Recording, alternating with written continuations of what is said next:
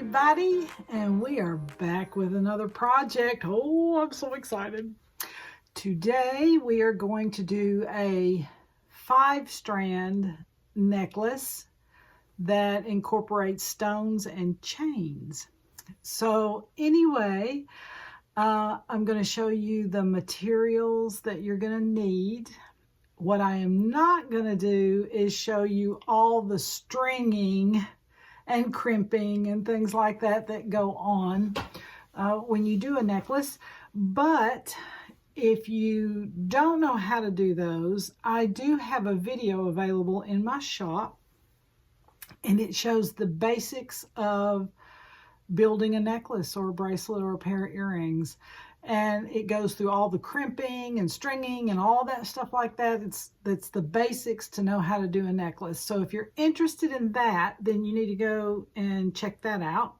But otherwise, I'm going to assume you know how to do all that, and I'm just going to show you the concept of what I've done. So let's get started.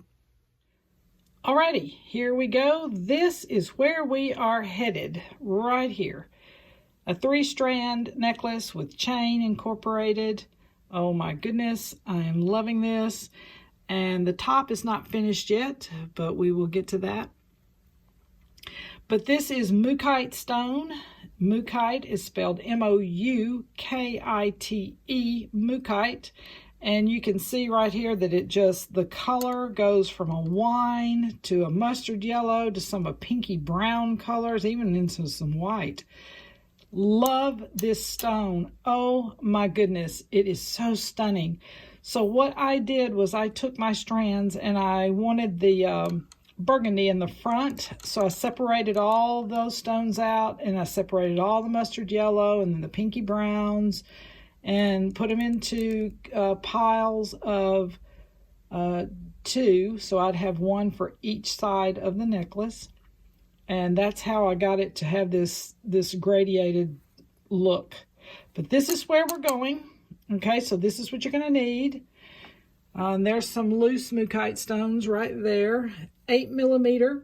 You will need a minimum of 3 strands. If it's a long strand, you'll only need 1. If it's 2 shorties, you'll need to use both of those shorties into 1 strand. Then you will need a strand of rondelles, 6mm. These are kind of a gold, burnished gold color. I didn't want anything too shiny, but I didn't want anything too dark either. So they're kind of a burnished gold color, 6mm. Then you will need some crimps and crimp tubes right here. That's these little guys. And these, both the tube and the cover, they are 3x2mm, both of them.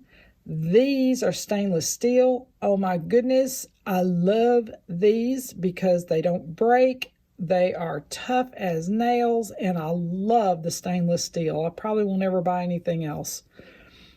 But anyway, remember to get your crimp covers as well, because you want the necklace to look finished like this. See those little crimp covers right there? Yep, let me back up. You want it to look finished. Crimp covers are important. Then you will need some of these. These are just little bead caps, decorative bead caps. You can use any kind you want. And you can see what they look like on here, right there. Any kind you want. Then you will need a couple of these. These are 5-strand connectors. If you don't want chain, just get a 3-strand. They come that way too. If you're wanting chain, get a 5-strand, but you'll need 2 of those. Then you will need some chain to finish off the top. And the reason why I chose this chain is because it has some black in it and some burnished gold, which pulls in the little accent beads that I've got, but it also meshes with the black chain that I've chosen to put in it. So a finishing chain of some kind. You will need over here some beading wire. I like AccuFlex 49 strand in a medium. Love this. And there's soft flex. There's all kinds out there. But I always get AccuFlex if I can find it. Medium, 49 strands. Then, almost done here. You will need a few clips like this to hold your beads on your string once you've strung them, so they don't all fly off while you're hooking them onto your connector. You will also need one of these. It's a crimping tool. You'll need one of those. Something to cut your wire with, and then things like this to hook your chain on with your jump rings and things of that nature. Alrighty, that is what you need to do this project, and I'll get back with you in just a minute. Okay, so you remember I told you needed those little clamps to hold your pieces in till you get them beaded on to your connector over here. This is what I meant right here. That way they don't come flying off on one end, and I can work with one end connecting it right here while the other end is staying intact. So what I'm about to do now is I'm going to take these crimps right here. I'm going to connect the wire here and put my crimp cover on, then go over, do the same on this side, and then we will be ready to roll. One thing I do want to share with you about a crimp though, if you'll notice, it's folded.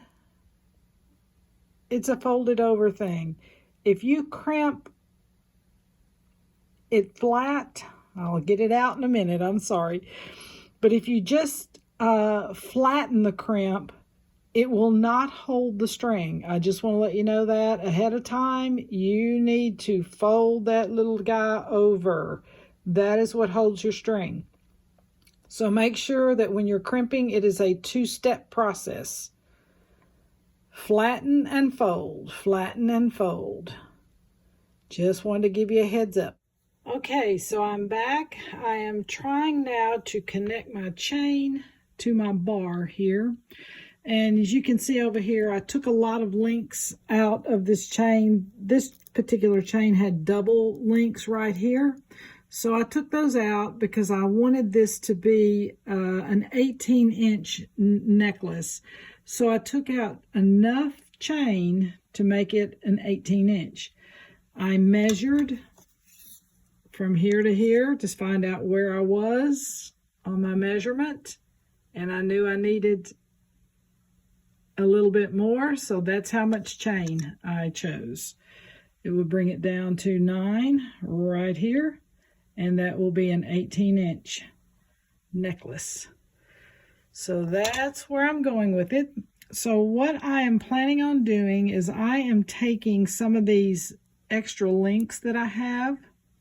And because this is so tiny, I'm only going to use one link here to connect this to this. I'm going to use one link here. And I'm going to use one link right there to connect the bar with the chain. Now the one thing I failed to tell you, oh my gosh, somebody, I cannot believe this. You're going to need a clasp for up here. So anyway, what I have chosen is an S clasp, and I love them because a lot of my customers say they have a hard time with lobster claw and things like that. So I've chosen an S clasp, and I've got kind of a hammered gold to kind of go with this little hammered look. And also the shiny will bring out the shiny in this bar. So it's going to bring the color all the way up, the shiny all the way up to the top here, and incorporate it all together. So that's what I'm planning on doing. This link will connect this with this. And then I am going to take another link or two right here, and I'm going to put those links right here onto that, and then I'm going to connect this to that. So let me see here if I can, yes, okay, so my S-clasp is open on one side, obviously. So what I will do is I'm going to connect these two jump rings here. Will connect to this and this. And we will do the same thing on this side. I've got the two left over right here. And these two will connect this and will connect this other ring over here. So that way your clasp will be finished off with the appropriate jump rings on both ends. The appropriate rings here, so it's all connected. Your shiny gold with your shiny gold here. Your matte gold to pull in these little guys right here and the black chain. And then obviously your beads themselves have a myriad of colors in them, so it's all going to blend beautifully when it's done. So I'm going to hook these chains up together and I'll be back. Okay, yay, it's done. Oh my goodness, I am so excited about this. I've been waiting to do something like this since Christmas. And I've had these stones a few months and I've just kept looking at them and looking at them and I'm going, okay, the Creator, what do you want me to do, Holy Spirit? And I saw it in my head and I knew this was the next project. I'm so excited I was able to get you guys included in it. Oh my goodness, look at these stones. They are stunning. And I had made these beautiful earrings sometime before Christmas. I had found these stones. They were just standalone stones. And I knew they were going to be earrings. And oh my goodness, look at the color in that mookaite right there. Oh, beautiful, beautiful, beautiful. So I made the earrings back before Christmas, knowing that I was going to be doing a necklace as soon as Holy Spirit gave me the vision for it. So I've got a set here. Yes, yes, yes. I think it's going to be something about, the title of it will be something about a 3-strand cord. Oh my goodness. Oh, you guys have a blessed evening. I am going in to help my hubby fix dinner. Oh my goodness, and I'm hungry. You guys have a blessed evening. It has been enjoyable. Love you guys. See you later.